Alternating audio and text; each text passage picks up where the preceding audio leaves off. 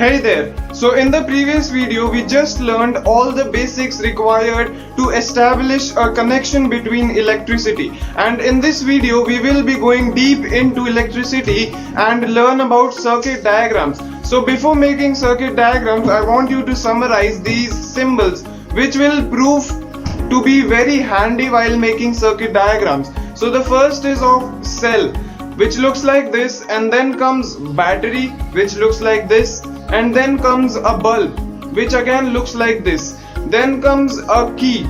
Key is like a switch which is open and closed. This key is open and this does not allow current to pass through, and this key is closed and it allows the current to pass through it. The next is resistor. We will learn about resistance in a short while.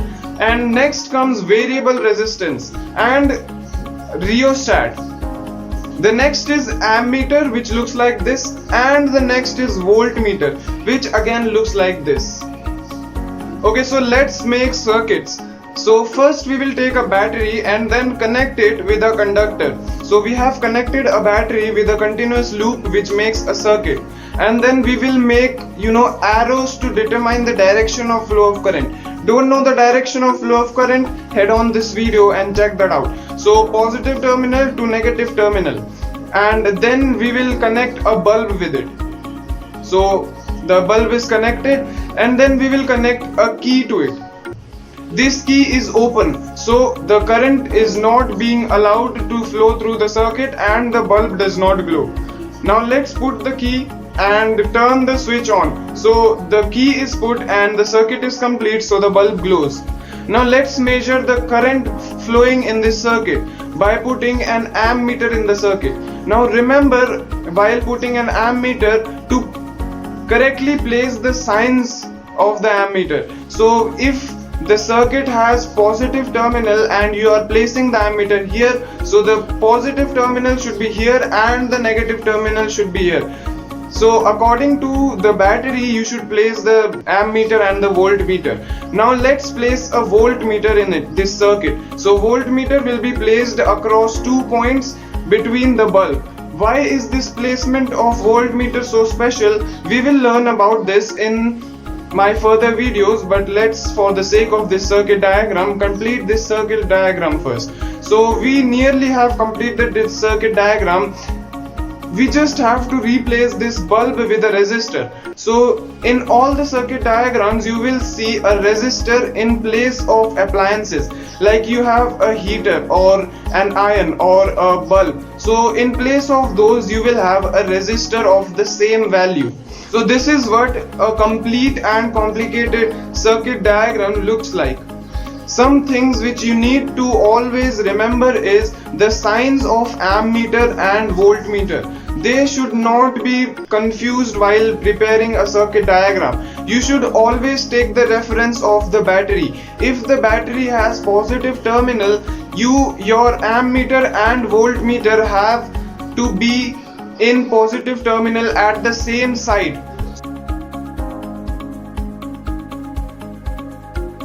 Okay, so we know what is potential difference and we know what is current. But when I ask students what is Ohm's law, they basically say it's a proportionality law. And I say, yes, you're right, but what's a proportionality law? And they are like, proportions and fractions are the same. And then I say, oh, stupid. Let's understand proportions first. So let's take a line, divide it from half, and when I ask you what is the ratio of these two lines with each other, many of you will say half. Oh, stupid. That's wrong. That's not the correct answer. Correct answer is 1:1. The line is divided from between, and when you say this line is half of the whole line, then you are talking about fractions. But when you say this line is 1:1 with this line, you're talking about proportions. So if this line is 1, then this line should also be 1, and if this line is 4, then this line should also be 4. So this is what basically proportionality or ratios mean. It does not have to do anything with fractions. So Mr. Ohms, which established the Ohm's law, conducted an experiment. He was experimenting with electricity and he created this circuit with a variable battery or with variable voltages. How he did that is he connected several cells, but one connecting wire, a conducting wire, was free to be connected with any of the combinations. So he could be connected with the 1 volt or then the 2 volt and then 3 and then 4 volts, and he connected an ammeter and a voltmeter to measure the amounts or units, and when he measured those units and prepared a graph with respect to those units, he observed a straight line going from the origin to the top. And remember, whenever you see a straight line originating from the origin to the top, you must understand that the two factors which you have taken are directly proportional to each other.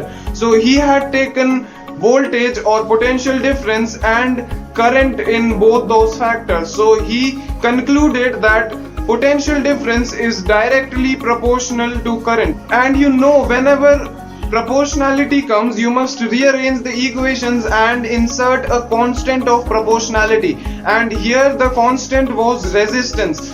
So resistance is a property of a material by virtue of which it opposes the current in a circuit. Did you get anything? I know you didn't get anything, that's why I'm here. So resistance is basically just like friction for current. It opposes the flow of current in any circuit. So you must take an analogy of friction for understanding resistance in a circuit. And resistance has a unit too. So the more the resistance of a conductor, the more it will oppose the flow of current in the circuit. So the unit of resistance is ohms, represented by this Greek letter. So now you might be wondering that what do you then mean by variable resistance or rheostat? Rheostat and variable resistance are basically resistances which allow you to increase or decrease the resistance of a material at the same time. In many experiments, you will need to increase or decrease the resistance of the material in the circuit simultaneously. Here's when rheostat and resistance or variable resistance comes in, and we already know how to represent them in a circuit diagram.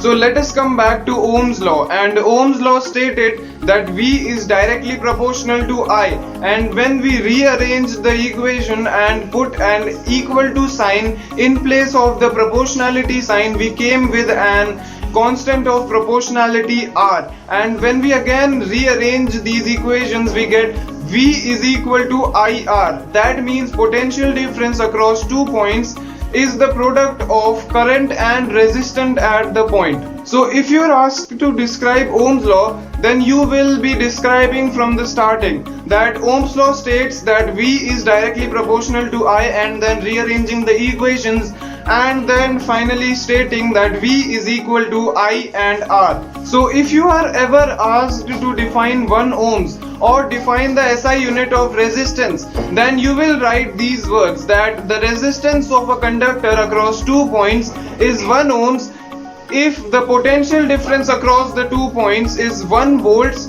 and the current through that conductor is 1 ampere. So let's take an example.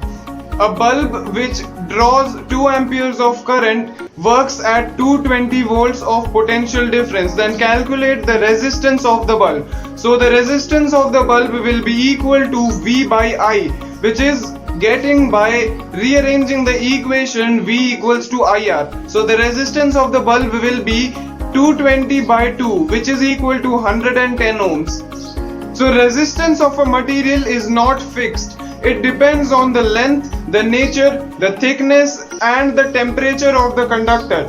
So the resistance of a material directly depends to its length. So if the length of the conductor is very large, then the resistance of the conductor will be resultantly a large number, and the resistance of a conductor inversely depends on the area of cross section. So what exactly is area of cross section? It basically means the thickness of the wire. So if the wire is thick, then the resistance of the wire will be low, and if the thickness is small, then the resistance of the wire will be very large. So let's take an example to understand why the resistance of a material is inversely proportional to its area of cross section. So you see these two bottles in my hand, and the area of cross section of these bottle is different. The mouth of this bottle is very small, so the area of cross section of this bottle is very small, and the cross section of the mouth of this bottle is very large. These bottles are filled with water, and when I pour this bottle out, see what happens. You see, the water comes out instantaneously, and when I do the same with this bottle, see what happens. It takes ages. A few moments later. You see, so basically what it means is the larger the cross section of a wire, the larger the current is allowed to flow through that wire, and the smaller the resistance of that wire is. So using this analogy, you might have yet understood how is the resistance of a material is inversely proportional to its area of cross section. Okay, so we now know that the resistance of a wire is directly dependent on the length of the wire and is inversely proportional to the area of cross section. And when we combine these two equations, we get this following equation. Resistance is proportional to length and inversely proportional to area or area of cross section. And you know what to do. Remove the proportionality sign, insert an equal to sign, and also insert a constant of proportionality simultaneously.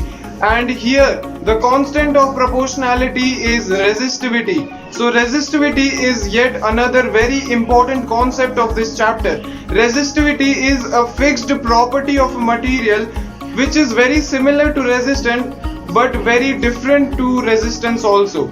So resistivity has fixed value of itself. Here is the table representing resistivity of different materials.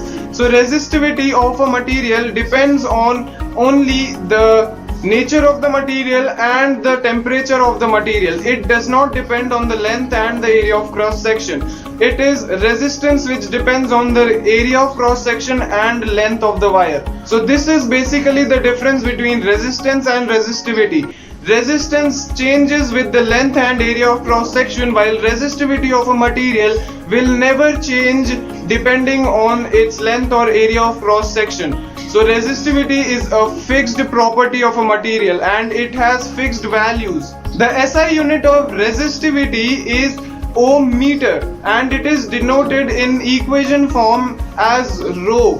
This is a Greek letter rho which you will be indicating in your equations. So remember, resistivity and resistance are two different things. Resistivity will never change. If a question asks that what change will the resistivity of a material occur if its length is doubled, so you will write resistivity will be constant irrespective of the length and cross section area of the material. And if you haven't watched my video on basics of electricity, you may watch that in my previous video, or you may go to my playlist and play from the starting. And as always, thanks for watching. Thumbs up if you liked it, sub if you loved it. This is Sahil Singh, you're watching Why, When and How To, and I'll catch you in the next one.